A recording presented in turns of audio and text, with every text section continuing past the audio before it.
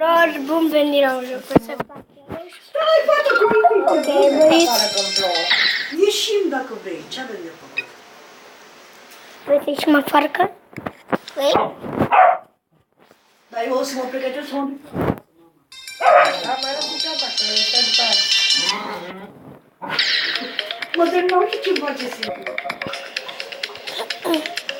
Mă ciupește de degete la picioare. Uite, Magdalena, ce vrei, frate? Dar ți-am dat cu gogoașă, faci unul de la gogoașă. De la zagă, da.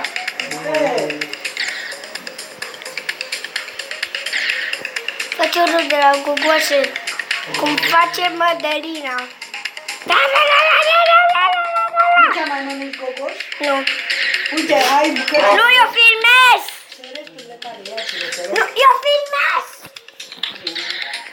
Eu nu le las așa să le vezi eu din laci. Vreau să le acoplă. Ce poate că ia-ți, ce e acolo? Ia să văd. Tot frumoasă, e frumoasă doamna asta, chiar de ea ei. Păi, da. E la fel ca înainte. E la fel ca înainte. Și amețită și nebună. Nu e nimic. Taci! Vei să ții la ce mare.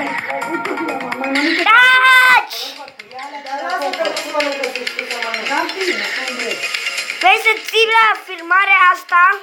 Hai să stau și eu un pic jos să mă odihnesc.